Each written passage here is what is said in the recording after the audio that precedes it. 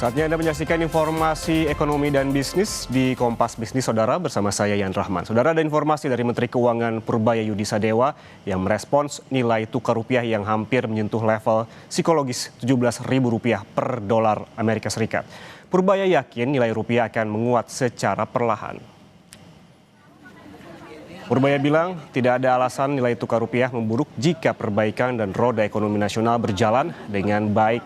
Purbaya optimistis rupiah akan menguat 2 pekan ke depan. Ia menambahkan performa IHSG yang mencetak rekor tertinggi akan berdampak pada masuknya modal asing ke dalam negeri. Setelah melakukan rapat bersama DPR, Purbaya menilai perkembangan ekonomi akan lebih cepat karena adanya kebijakan sinergis antara Kementerian Keuangan, Bank Sentral, OJK hingga LPS.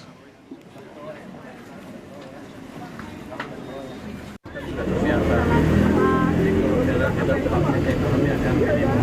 Tapi yang penting adalah gini, ketika fondasi ekonomi kita perbaiki dulu, ekonomi asing dalam negeri akan meningkat. Orang akan melihat tuh, modelnya bagus, investor akan balik ke sini termasuk investor asing. Anda lihat di pasar modal akan menaikkan. Pasar modal nggak mungkin naik kalau nggak ada investor asing yang masuk ke sini juga. Jadi harusnya kalau lihat dari itu sih supply dolar harusnya nggak kekurangan ya. Cuman Anda mencari ke Bank Sentral apa yang terjadi, saya nggak tahu. Jadi ekonomi kita kalau kita jaga terus dan kita akan memperbaiki terus ke depan, rupiah akan cenderung menguat. Jadi untuk spekulator jangan terlalu ambil posisi yang terlalu beli depan ya. Kira-kira fondasi ekonomi kita akan terus membaik. Bersumber dari kurs tengah alias Disdor Bank Indonesia, sejak awal Januari nilai tukar rupiah terhadap dolar AS ini terus tertekan. Pada 2 Januari, rupiah berada di level 16.725 per dolar AS dan terus melemah hingga menembus posisi terendah pada 20 Januari di level 16.981 per dolar. Pada 21 Januari ini menguat tipis di 16.963 per dolar. Sejumlah analis bilang banyak faktor yang menyebabkan rupiah kian loyo, diantaranya pelebaran defisit fiskal hingga tekanan inflasi.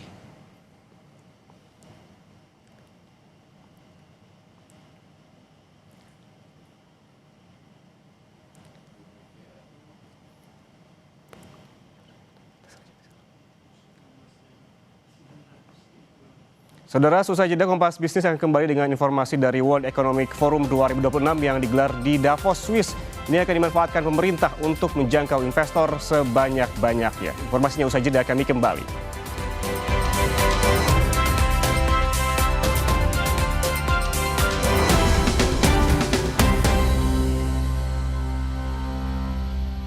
Eredivisie. Kereta cepat kemenangan PSV Eindhoven terus melaju. Ini serang yang semakin tajam, Ivan Perisic. Menjadi momok mengerikan bagi lini belakang lawan. Namun, Hak Breda datang dengan benteng kokoh. Sang kapten, Boy Kemper, akan mencoba menghentikan laju sang tuan rumah. Eredivisie, PSV Eindhoven versus Hak Breda. Minggu 25 Januari, pukul 1.45 dini hari. Live di Kompas TV. Banyak yang sudah membuktikan Aqua terasa sejuk meski tanpa didinginkan. Diproses dari air pegunungan dalam aquifer yang terlindungi, kaya akan mineral alami. Aqua, hadirkan kesejukan badan dan pikiran. Double Agent, Double Action. Ribet amat. Batuk nggak berhenti.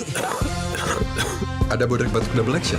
Batuk kering, berdahak. Bodrek Batuk Double Action, pertama dari Bodrek. Beda batuknya, satu solusinya. Bodrek Batuk Double Action dengan Double Action formula, redakan batuk kering, batuk berdahak tanpa ngantuk. Nggak ribet. Bodrek Batuk Double Action, redakan batuk kering, batuk berdahak, nggak ribet. Terus menangkan harimu. Bercanda, ketawa, komedi terus. Tapi setiap kita butuh kenyamanan, ada mie sedap ayam bawang resep baru. Manjakan dirimu dengan kenyal mie-nya, bikin rileks suasana. Kuah gurih kemasan ayam kampung asli dan bawang goreng, hangatkan dirimu dalam kenyamanan. Tambahkan ke dalam kehangatan. Cobain deh resep barunya mie sedap ayam bawang dari Wings Food. Back to reality. Banyak yang sudah membuktikan Aqua terasa sejuk meski tanpa didinginkan. Diproses dari air pegunungan dalam aquifer yang terlindungi, kaya akan mineral alami. Aqua, hadirkan kesejukan badan dan pikiran.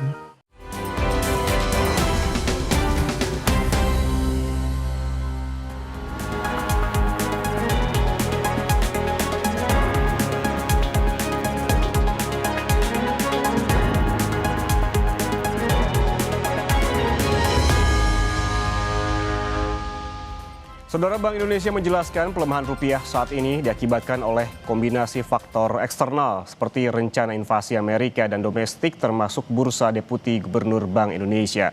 Ekonom Universitas Indonesia Jahen F. Reski mengingatkan risiko saat fiskal lebih dominan ketimbang moneter.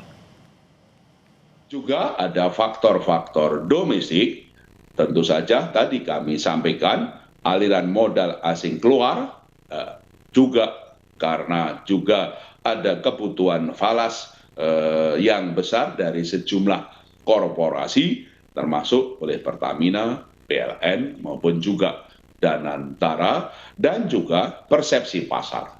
Ini persepsi pasar terhadap kondisi fiskal dan juga proses pencalonan deputi gubernur. Yang tadi kenapa kami tegaskan bahwa proses pencalonan deputi gubernur adalah sesuai undang-undang, tata kelola, dan tentu saja tidak mempengaruhi pelaksanaan tugas dan kewenangan Bank Indonesia yang tetap profesional dengan tata kelola yang kuat.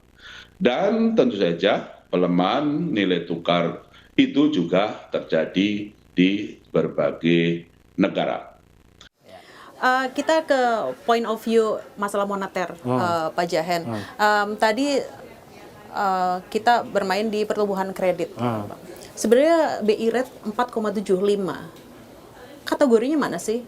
Ketat atau longgar? Karena kalau dibilang orang ketat, ini trennya turun loh. Turun, ya. Dan BI adalah salah satu bank yang paling agresif di dunia untuk menurunkan suku bunga. Iya, itu juga menandakan bahwa memang dalam beberapa periode terakhir mungkin mandat BI nggak hanya stabilitas lagi ya, tapi juga growth. Ya, karena kan kalau dalam teori ini ya, ketika suku bunga turun kan harusnya orang berani untuk meminjam. Karena kan suku bunga pinjamannya akan semakin turun. Walaupun nggak terlalu terlihat tadi di pertumbuhan kredit ini. Dan ini juga menjadi salah satu hal yang sangat kita cukup was-was ya. Kenapa? Karena once kredibilitas ataupun independensi dari Bank Indonesia atau Bank Sentral itu hilang, itu pasti cost-nya terhadap nanti stabilitas, terhadap inflasi, terhadap stabilitas keuangan Indonesia. Nah, balik ke pertanyaan Bu Mega tadi, apakah 4,sekian% itu udah cukup rendah, cukup tinggi? Pertanyaan adalah apakah itu menjawab isu non-ekonomi tadi yang saya bahas di awal. Jadi pemerintah bisa aja tuh nurunin suku bunga secara agresif, tapi kalau pelaku usaha masih nggak yakin dengan kebijakan yang akan diambil, masyarakat juga masih takut dengan kondisi ekonomi ke depan, mau diturunin sampai 0 pun kayaknya nggak akan banyak perubahan tuh. Ya. Jadi saya rasa memang upaya yang harus dijaga dan juga dibangun tadi dari sisi fiskal kan defisit dijaga, dari segi BI mungkin yang kita perlu jaga adalah independensi dari Bank Sentral. Jadi jangan sampai kebijakan Bank Sentral itu didrive oleh permintaan dari Presiden, permintaan dari Fiscal Authority, yang pasti akan memberikan bias dalam kebijakan. Dalam teori moneter itu kita paham bahwa kalau misalnya central bank itu semakin tidak independen, dan kita melihat itu di Indonesia sekarang, ya banyak fiscal dominance ya, kebijakan moneter sangat didrive oleh fiscal policy, itu biasanya akan memberikan fluktuasi dalam inflasi nanti. Itu terjadi contohnya di mana? Turki. Turki kan gubernur bank sentralnya itu punya hubungan dengan Presiden Erdogan. Sekarang lihat aja tuh fluktuasi dari inflasinya. Nah ini kan akan costly, karena once inflasi itu meningkat, siapa yang merasa dampaknya? Masyarakat.